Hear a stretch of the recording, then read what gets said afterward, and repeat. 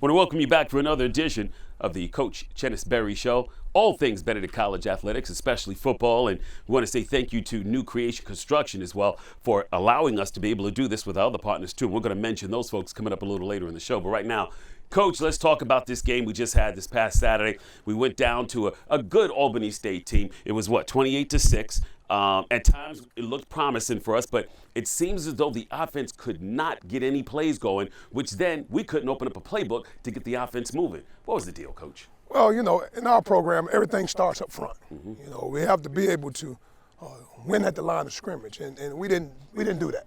And, we had an opportunity to, based off the week of practice, we thought our guys had a good week of practice. They were locked in, but we just didn't get it done. And that's the bottom line, In this game, too, man, we try to focus on when things are going well, obviously, we love that. When things aren't going well, obviously, we don't love that. But ultimately, at the end of the day, we got 24 hours to enjoy victory, but we also have 24 hours to, get over a defeat and move on to the next one. So our guys have already moved on. We've watched the film. They learned from it. They've grown from it.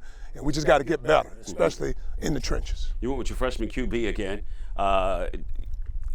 This next game coming up is homecoming. Are we going to stay with this guy? Are you going to get your other QB back? What's going to happen? And trust me, the front line for your offense didn't seem to give him much help or even time to do what he needed to do. Well, that's what it comes down to. Like I say, the offensive line. We have to get better up front, and they know that. It's no secret there. And but we'll prepare this week. We'll see and continue to work with Zay Foster. He's getting better. He's learning what to do and how to do it. And he has some good moments. He has some bright spots, but he still got a lot to learn. As a quarterback, it's so much on your plate. And I think he did some good things, but he also has some learning lessons, some tough lessons that he have to learn too. But we'll be ready to rock and roll versus Morehouse College. All right, well, let's get into this game that we had. Do you really want to do it? Let's do it. All right. Got to do it. We take the good with the bad here. Oh, absolutely. Absolutely. Like you said, we learn from this thing and we move on. Let's get into it. All right, we kick off to Albany State. They start to move the ball, but then Kevin Ross, he steps in front of that throw, intercepts that pass, returns it. Coach, you take it from there. Oh, man, Kevin. He works his butt off, man. And I tell you what, I was so happy and so proud of him. Great pick. First of all, amazing catch. They usually say DBs don't have great hands, but that guy, he caught the ball like a receiver, man. And he did an awesome job of not only catching the ball, but finishing it with an 80-yard interception return. So we're super excited. We're up right now. We're up 6-0. And, team's feeling really good right now. Yeah, and by the way, we got to give this to Kevin Ross. That was basically the play of the game. Absolutely. Enough said on that one, Coach. Absolutely. That one alone. Rigoberto Tinoco gets the opportunity to get the point after. And he doesn't miss, but he misses this one. Did that tell you something about this game and what we were setting the stage for? Well, like you say, man, he had been 100% on the year. That was our first missed extra point. But a lot of things go with extra point field goals. People don't really realize the whole thing that goes with it. It's got to have a great snap, great operation, great hold, great kick. Got to keep his eyes, head down, and don't look at the kick. Let the crowd tell us it's done, and we have to have great protection. So we weren't able to put that all together, and unfortunately, he missed his first extra point of the season. All right. Well, later on in the first quarter, poor punt Jared Eubanks gives the Golden Rams the ball in great field position. After a couple of runs, they go to the air. Albany State receiver makes a great catch in the end zone. A lot of people in the stadium watching online also thought he might have been out of bounds, but the official says he was in bounds. What do you say, Coach? They go up 7-6 on this one. Well, we on the sideline as well, we didn't think that was a catch, and I asked the referees, I pulled them to the side and I said, well, guys, you guys took a long time before you called that a touchdown. Did you get enough eyes on it? And he said, yes, we did. We had 2 or 3 eyes on it. But when we watched the film, and we came back, because we always want to watch things. We still a little tight, but at the end of the day, you can't do nothing about it when it's over. You can't, even if you send the play in, it's not like the game's going to change. But it's a little close on whether it was in or out. But we'll leave it right there right now.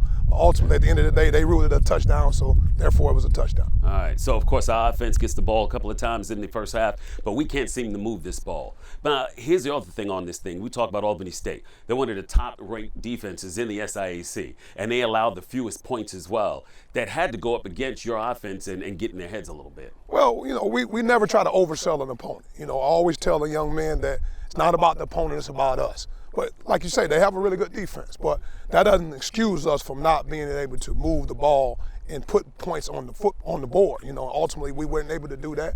They play hard. They play with great energy. They executed their defensive plan, and we didn't execute our offensive plan. What do you think was struggling for our offense? Oh, it came down to, again, like I started the show off with the offensive line. Everything starts and ends with the front seven. The offensive line and our defensive line. And, our offensive line just didn't have the best day. But they'll get better. They'll grow from it. They'll learn from it. They're already chopping at the bit. They can't wait to get out there and get to practice this week, man, and try to right or wrong. Mm-hmm. Absolutely. Albany State drives. They end up on the 5-yard line, 1st and goal. They pick up a couple of yards on that first down, and then the Tigers' defense. Oh, man, you talking about our defense. They stepped up. They started off the drive with a run. They tried to run the quarterback. We did a good job of holding them out of the end zone. Had a little timeout. They called a timeout. They tried to gather their troops together and see if they could find a way to get in. We had our guys to the side. They were locked and loaded.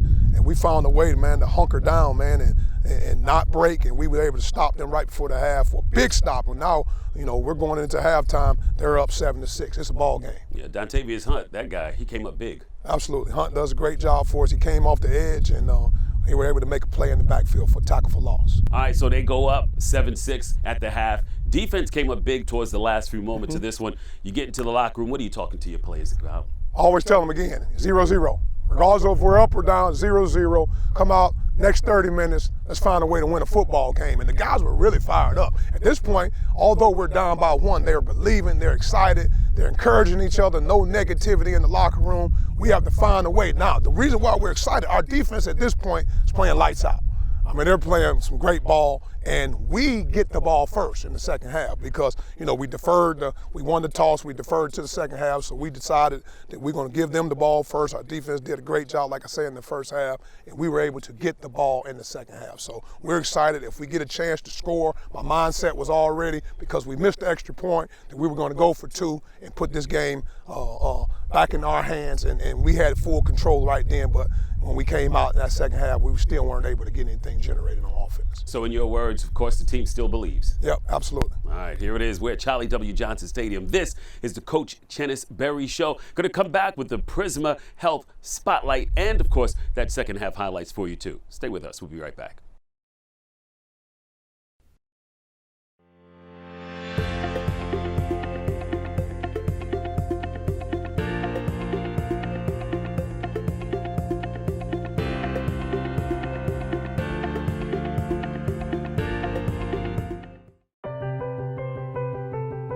People have the power to make a lasting impact through acts of kindness, compassion, and strength. They inspire us to innovate and educate, to do more than we ever thought possible, to help you be your healthiest you. PRISMA Health, inspired by you. I want to welcome you back to the Coach Chennis Berry Show. Of course, it's Benedict College Athletics here at Charlie W. Johnson Stadium. This show is brought to you by New Creation Construction. And, Coach, we got to get into our PRISMA Health Player Spotlight. DeJuan Duncan, your offensive lineman. Let's talk about him real quick. Senior offensive lineman from South Georgia, man. He does an awesome job for us. Dunk has been in this program for a couple years, and he's getting ready to graduate. So we're super, super excited about DeJuan Duncan and his contribution to Benedict College football. All right, let's take a look. DeJuan Duncan.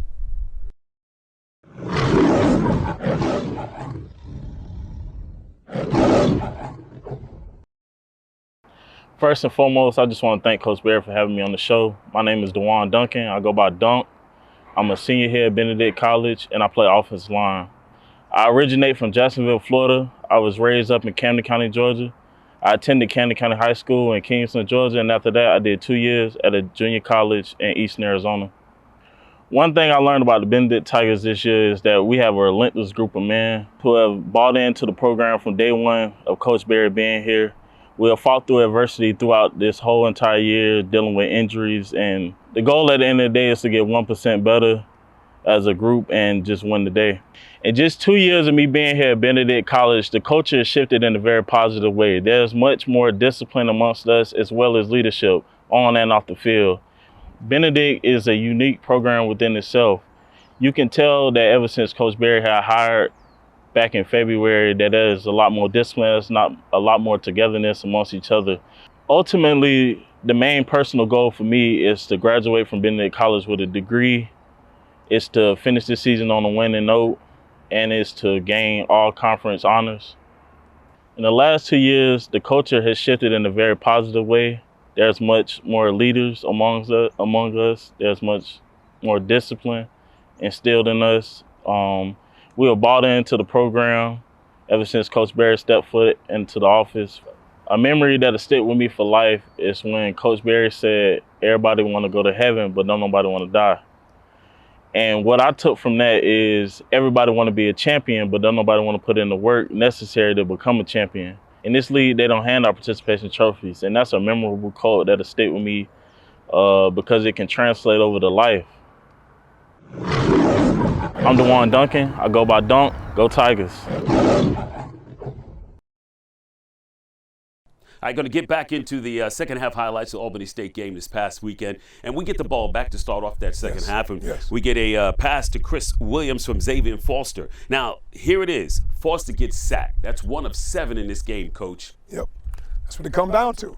You know, at the end of the day, when he got sacked on this play, you know, it was actually off one of our run-pass options on our RPOs. And just didn't get it done, like I say, up front. And everything starts and ends up front.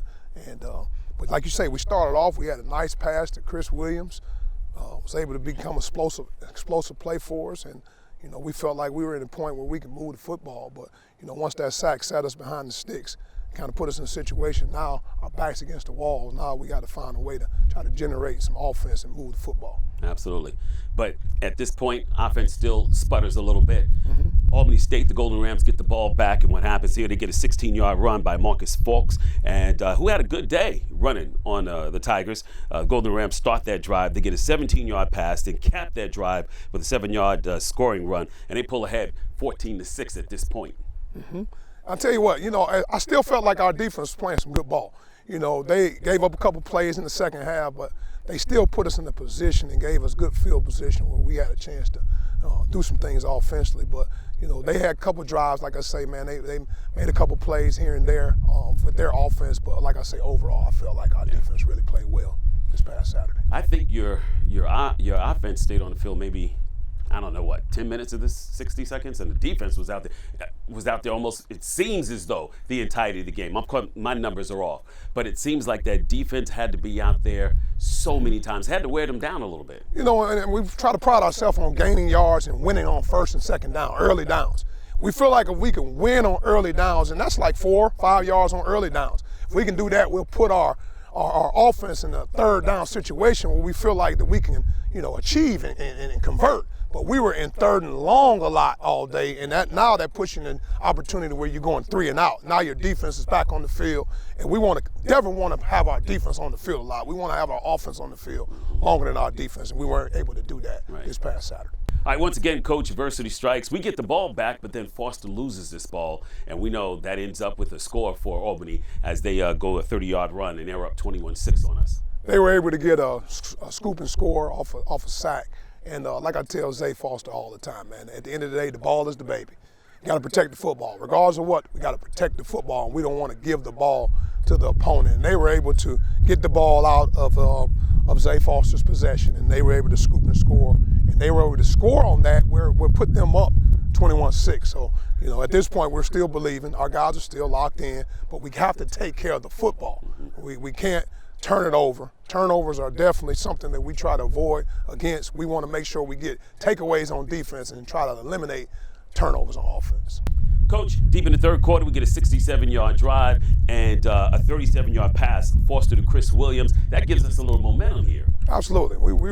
We felt at this moment we were moving the ball. You know, had a big explosive play from Zay Foster to Chris Williams, was able to put us on the positive side of the 50, and that drive was stalled. We had to attempt a field goal, and we ended up getting that field goal blocked. Yeah, but it was a great catch by Williams, though. Absolutely. No, phenomenal nice catch by this guy. He went up and took it like he was grabbing a rebound. Absolutely. Well, Golden Rams get that ball back. They get a 75-yard drive this time. Another touchdown. They pull ahead 28-6. This is early in the fourth quarter now. How are you feeling? How's the team feeling on this thing? Well, we pulled the team together in the fourth quarter. As you notice, we always bring the team together on the sideline, up or down, and we gather them up and just tell them to keep playing. In this program, as long as there's time on the clock, we're going to keep playing. We're going to play to the echo of the whistle. We never give up. We never feel like we're out of the game, and our young men just stay positive through it all. You know, obviously at this point, our back's against the wall, but they're still believing. They're coming out there with good energy, and they're not going to quit until the clock strikes zero. Absolutely. And, you know, I got to say, I did see the players when it went to the fourth quarter. Hands went up. They're jumping around. They're excited. They had me believing that they could still pull this thing out. They really did. They really do, man. They just got, how we built this program. They never quit. They never give up. I tell them as long as there's time on the clock, man, the ball game's still going. So keep fighting to the end. And we always have this little saying, are you going to fight or are you going to flight? You make the choice. And our team decides each and every week that we're going to fight. Absolutely. All right, there it is. What we're going to do is take a quick break. We'll come back with more of the Chennis Berry Show, brought to you by New Creation Construction.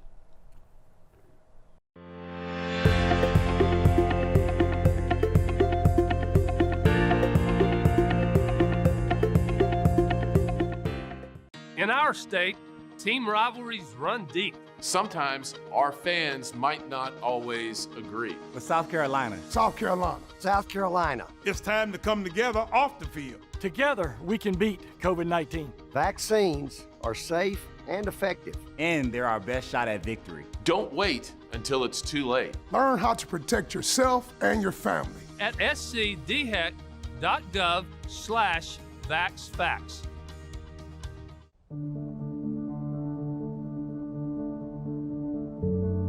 Protect your family, your friends, your neighbors,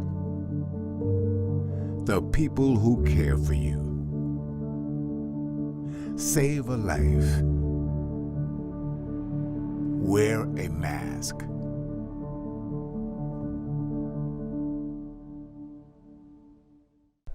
Welcome back to the Coach Chennis Berry Show, Benedict College Athletics. We're talking football here at Charlie W. Johnson Stadium, brought to you by New Creation Construction. And Coach, I got to tell you, you talk about the three fundamentals that your team has to win on, and they are? Hey, we always stress, and it's really, really important, that we have to win on all three phases, and that's offense, defense, and special teams. And wholeheartedly, we feel like defensively, we won the battle.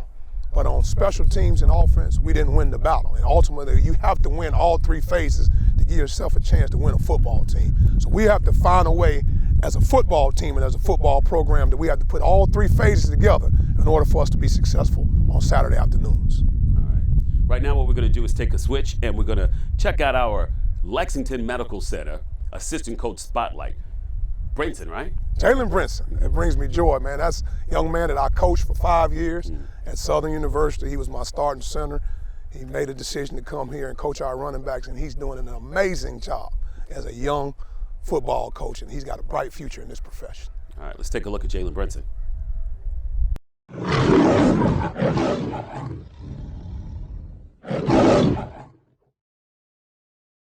So my name is Coach Jalen Brinson. I'm originally from Tallahassee, Florida. I went to college at the Southern University, A&M College, where I received my degree in mass communications. Got a chance to have a football scholarship there. Got a chance to get my degree in 4 years, started working on my master's and played out my 5th year. After that, I wanted to get into coaching, and I just started getting my resume out there, and I got the opportunity to go coach in Kansas at Independence Community College. And after that, man, just being with Coach Berry, him being my offensive line coach, he called me and he had an opportunity for me to be the running backs coach here at Benedict College. The thing I love most about coaching the Tigers is definitely the players. You know, getting a chance to get out there and build relationship with the kids. And, you know, with me graduating not too long ago in 2019 with my degree, I'm not too far from their age, so we're relatable in some aspects. You know, I do draw the line between coach and player, but at the same time, I let them know that they're kind of like my little brothers and that they can come to me and talk to me about different things that they have going on in their personal lives. I also love the scheme part. I love learning about the game of football. Game planning throughout the week with the offensive coaching staff is one of the things that I love most about being here, and, you know, just being up under Coach Berry and getting the chance to get a lot of that wisdom that he has is great for me as a young coach. I feel like we're headed in the right direction. I think that we just have to continue to trust the process. You know, the biggest thing that you have to do, especially when you're going through real parts like what we're going through, is just trusting the process and just realizing that if you continue to create good habits, because that's all the process is just creating great habits, and just having good habits that you're creating throughout the week, whether it's catching footballs. If you're a wide receiver, you want to make great habits of catching the football. If you're a running back, you want to make it a habit of making sure that you have ball security, or that you're sprinting on your runs. Quarterbacks, making sure that you're making the right reads, create good habits. So I think it's just all about trusting the process and trusting the good habits that you put in throughout the week, and then ultimately going out there on Saturday and putting it together. I think that the future of the program is very bright, especially with us getting a lot of the support that we need from the administration and from the school, from the fans, from the students around. I think that it's great for the football program, and I think that the program is headed in the right direction. As a player, Coach Berry always taught us that the game was nothing more than practice with more people watching. You know, you think about a home game, we practice on the home turf, you know what I mean? And this is where, as Coach Berry likes to say, where we bump and grind every day, where we go in and we put in work, long hours. So you never want to go into a game and not take game-like reps during practice all week. You know, I encourage them to go full speed. I encourage them to burst. I encourage them to use different moves in practice. Try out different things in practice so you can know whether or not it's going to work or whether it's not going to work. Now, when I say try out things, definitely we want it within the confines of the offense and within the confines of the technique that we use. But I want them to experience different things in practice so that the game becomes a lot more easier for them. Something I've learned new about myself since coaching at Benedict is just that I'm a role model and I'm an example for these young guys. You know, as a player, I kind of just looked at myself as just a player, and I didn't really realize the impact that I had on the people around me.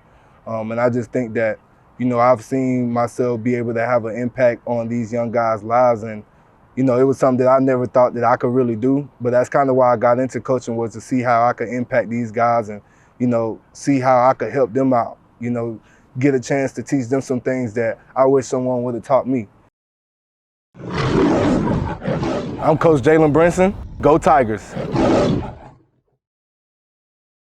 Welcome back to the Chennis Berry Show. Of course, head coach Benedict College Football, as we are here at Charlie W. Johnson Stadium.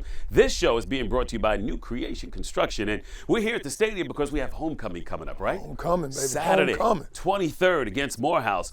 But the thing is, Coach, these stands here. How many seats? 11,000. We could put all those booties in there. Can I say booty on TV?